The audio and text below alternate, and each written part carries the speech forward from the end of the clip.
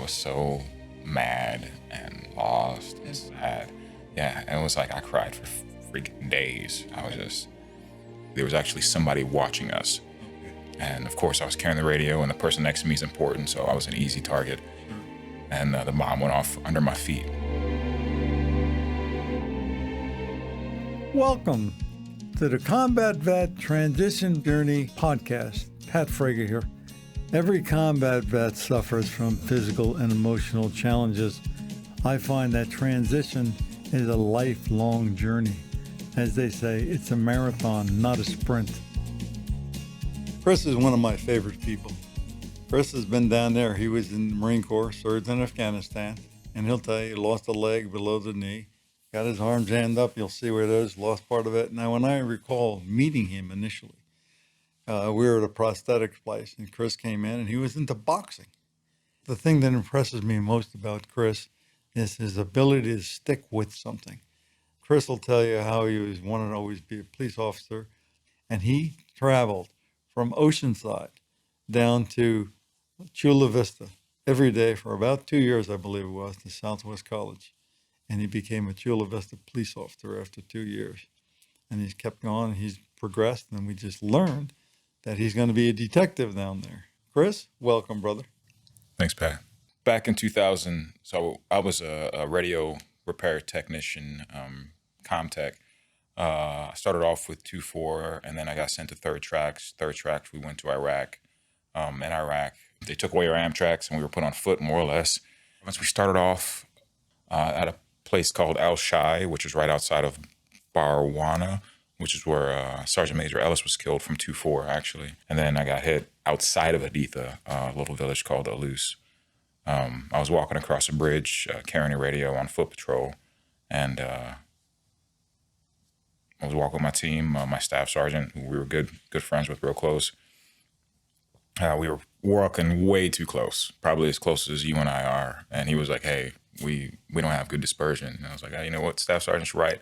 Next thing I know, I heard click, and I woke up in Bethesda Hospital. A command dead IED. There was actually somebody watching us. Okay. And of course, I was carrying the radio, and the person next to me is important, so I was an easy target. Sure. And the bomb went off under my feet.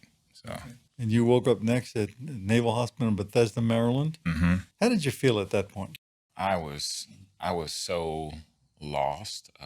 So Bethesda, Maryland, none of the nurses there are Navy nurses. They were all from other places with crazy accents. When I first came to, I was like flipping out. I was like trying to get up and get out of there. I thought I was taken hostage. I was fighting with people. And actually, I want to say the commandant came in, and that's when I was like, whoa, I snapped too. The commandant and family came in, and they kind of explained to me that I got hit in Iraq. My memory was kind of really fractured for a long time. I remember one of my guys getting hit in another convoy, but my memory was so just scrambled. It kind of came in as me and my guys getting hit. So all I could think about was what happened to my guys, my crew that were in the vehicle. But, I was mad. Nobody could tell me what happened, and nobody could say anything. They were like, you're the only one that came in. So I was just furious. But eventually, it only gets worse. Eventually, my battalion commander, who again I'm really well acquainted with, we're friends now, came in. He talked to me, and he told me what happened to me. That I was on a foot patrol, and he told me the number to my sat phone for the base that we were at. So I called back and talked to one of my staff sergeants, another one. That's when he told me that my other guys got wiped out. And I was like, I'd like you to make sure that you like, subscribe, and join us in future podcasts, because I think this will become your favorite podcast. And remember, you are the captain of your fate. You are the master of your soul. At that point, when you're in a hospital in Maryland, did you have any thoughts or aspirations as to what you wanted to do with your life? No, not at all. I was so mad and lost and sad. Yeah, and it was like I cried for freaking days. I still had my legs, and everything was broken. The only thing that wasn't broken was my right arm. So my left leg was in a cage, my left arm was in a cage, my right leg was like in this thing with pins in it. 3 months in the hospital at Bethesda. They transferred me out to Balboa. Then I spent another 3 months actually in the hospital bed out here, and I'm seeing guys with no legs doing backflips down the hallway. Like, what's the point of having these two broken things if I can't even walk? Sure. These guys have no legs and they're freaking doing backflips. So I told them to take them both off, and they were like, let's just start off with one. So you decided to have your limb salvage on your right leg. Now, tell us about your left arm. When I got hit, the bomb, I guess, went off under my left leg. Okay. And my right leg was slightly in front of it. So it actually ripped the heel off my right leg. And soft tissue injuries. So my left arm and the whole left side, more or less, were shattered. My femur, tib, fib, all that stuff. And when I was in the hospital, my arm started to go together in one big mass from, I guess it's called heterotropic ossification, where bone grows where it's not supposed to. Before you got into boxing, I think, you really couldn't extend the arm along, could you? No, my arm, I worked a lot with physical therapy, and they did a bunch of surgeries, and they tried to give me some mobility back. I still can't rotate my wrist. There's still a lot of things I can't do. But ultimately, kind of what really pushed me into the next level was boxing. You got a lot of people into boxing, including myself, and a lot of other martial arts, and it really has helped people. So tell us how you got into boxing. So I guess it kind of started early on in the recovery process with the Challenge Athletes Foundation Operation Rebound. And Nico, another Marine, kind of was trying to get me into sports. Like, hey, why don't we get you on a bike? Why don't we get you doing something? And doing that, and, you know, getting on the bike and being out there and being active, it really, you know, when I played football with, you know, his organization, I stopped thinking about my injuries. It was just, I'm out there playing, we're having a good time. I don't think about what I can't do. I'm just doing stuff. And then I started working with another organization. I got out of the Marine Corps, and I started putting on some weight. I was like, I need to do something to get active. And like, I used to, you know, I wouldn't call it boxing as a kid, but that was something I liked to do, punching. Sure. Street fighting, we all did. So I found a gym. I went to a couple of different gyms, and, you know, it really was my gym that got me. It was, you know, going to Triple Threat and you know, the coach there, Ed Buckley, he was like a very early Muay Thai fighter here in the San Diego area. And I guess he would go around and train at other Muay Thai gyms, teaching other people. And then, you know, he got tired of teaching at other people's gyms. He's like, let me start my own. So he started his own gym, and it was Triple Threat, you know, Muay Thai, boxing, and fitness, and then eventually jiu-jitsu. And, you know, went in there, and it was right after he first opened, and, you know, met with him, gave me some drills. Other people came in, the other teammates who followed him from the other gyms, people from all over the Southern California area, went to his gym because he opened it up. You know, some pros and getting in there, and it was a different atmosphere. You know, boxing, the activity, is a fantastic physical fitness. It is an amazing level because people think it's just your arms, but it's your whole body. Okay. And when you're doing physical things and you're focused on the task, you don't think about the means. You're like, I just need to do this. And then eventually your body will get there. Did this take your mind off your pain and your mental? It really did. It really did. I didn't think about what I couldn't do. Okay.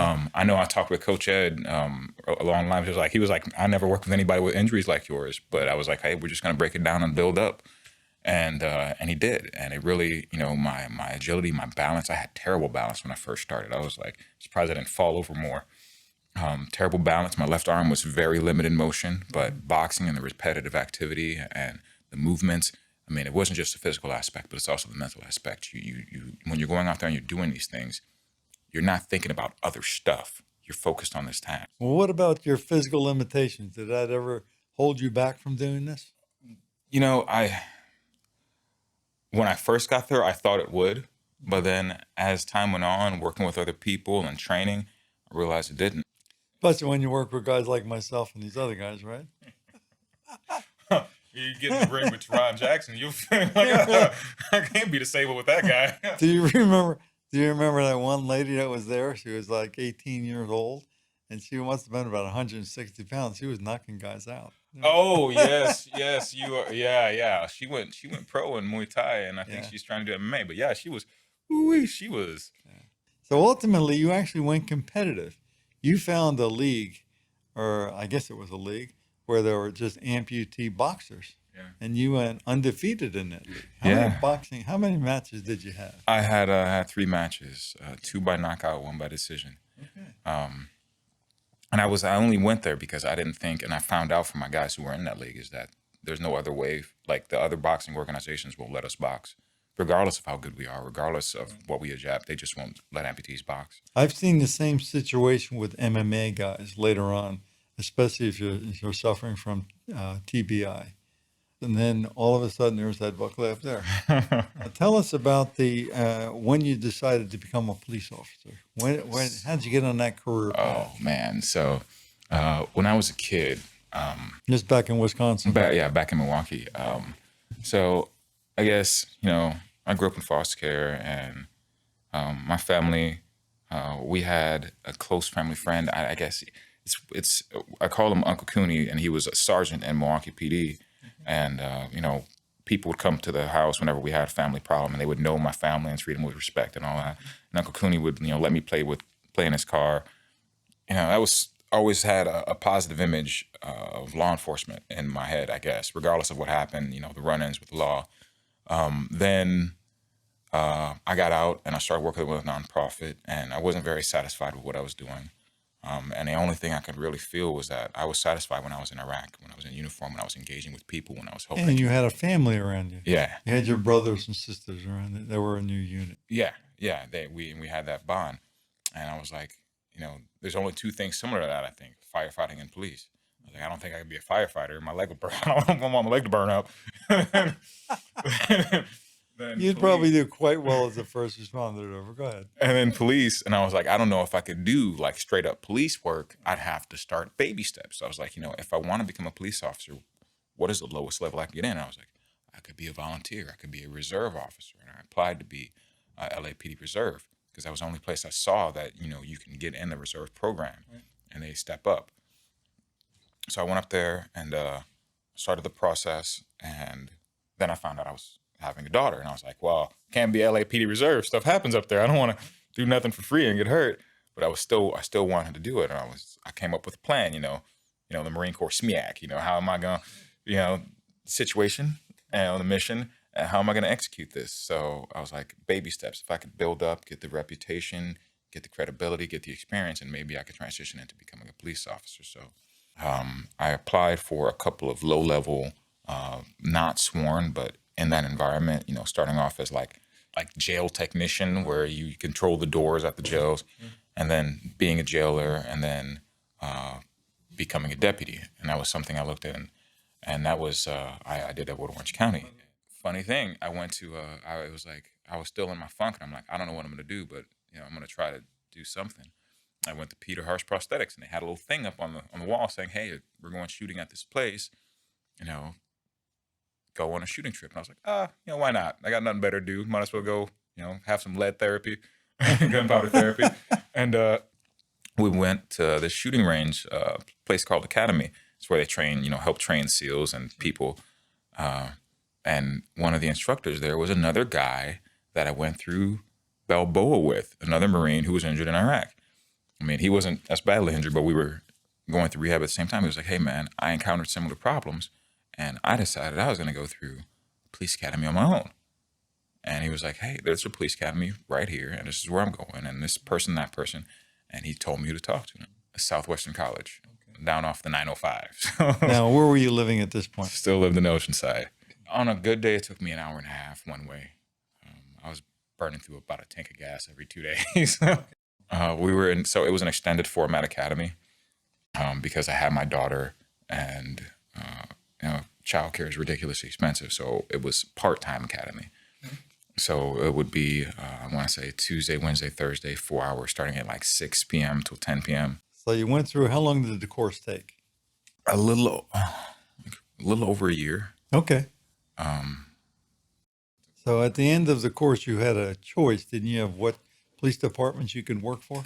I don't know if I had a choice as much. I still had the obstacles of, who would be willing to deal with my injuries. Right. Who would be willing to accept, a veteran missing a leg, post-traumatic stress, TBI, and thankfully the course was taught by police officers from the San Diego area, and a couple of them worked for the Chula Vista Police Department, and a couple of them worked for National City, and a couple worked for San Diego County, and a couple worked for San Diego PD.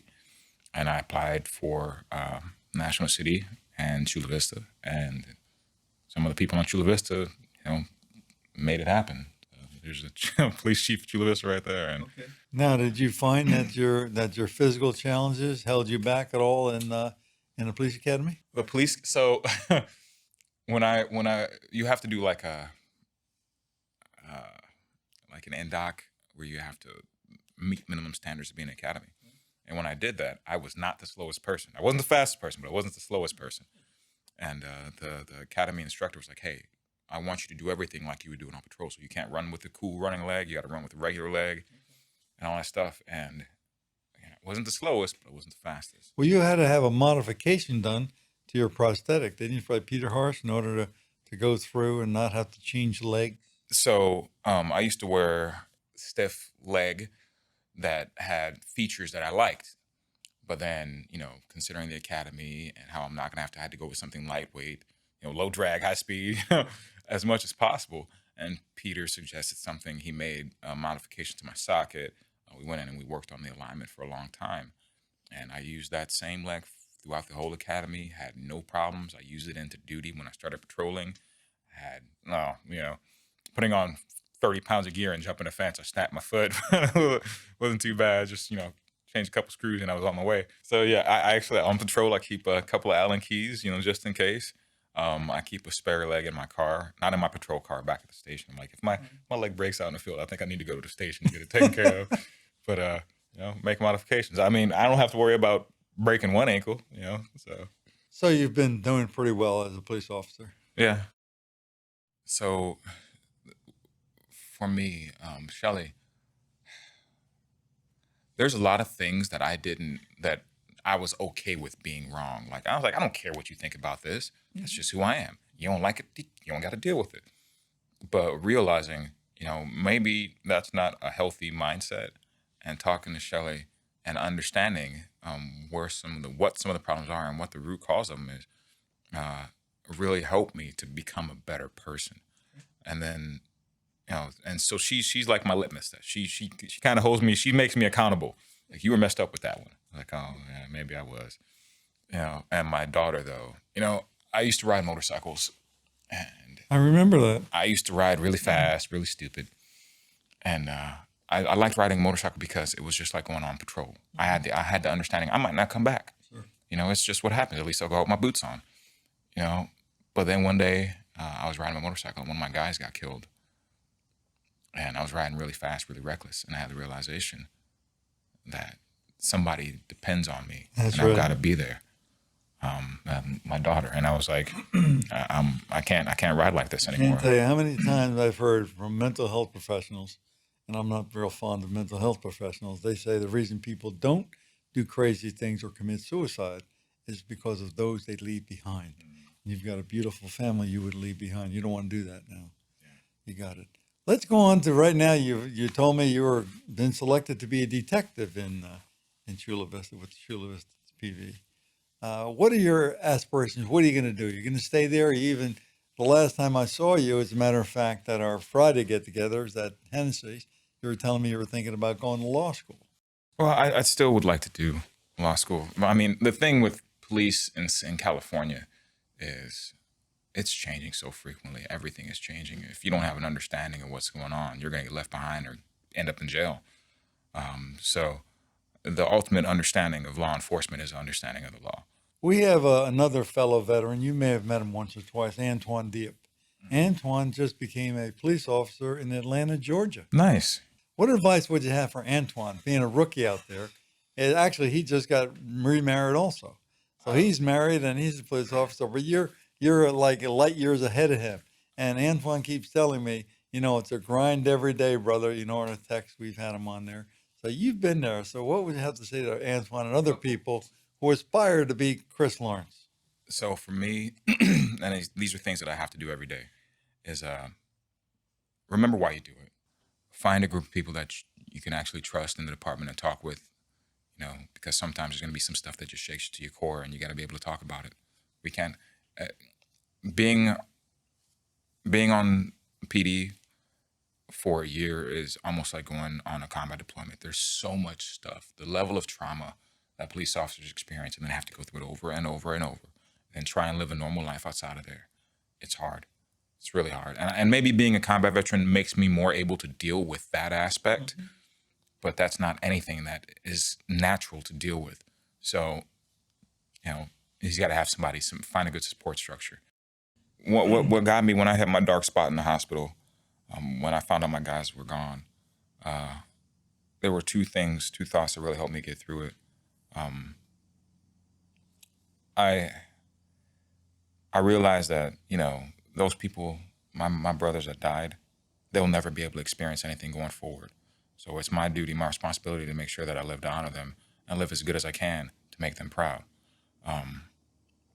Then, another thing that I learned from Iraq, what the Iraqis used to say when they were like, got blown up, oh well, it was inshallah as God wills it, and there's a couple of things that come from that is I don't understand the way the world works. It's not for me to understand why people die, why people live. It's God's will. I just have to be willing to fill my role in it. Sometimes we have to be open to see what that role is, because we fight against everything so much, and we're turning our back on what we should be doing. Well, philosophers have been debating that point for a long time. So thank you so much for being here. I'm much appreciative. I'm sure you're going to help, thousands of people who are watching this podcast or listening to it. So, folks, that's good for today. If you guys like this, give us a thumbs up. If you want to subscribe. We'll see you again. Thank you, brother. All right. Thanks, Pat. Thanks for having me. Karl Hegel, a great German philosopher who was actually in his chateau overlooking, watching the war between Napoleon and the Prussians out there. And he had the Hegelian dialectic. And he says everything fits into history, a place in history. And you fit quite well, my friend.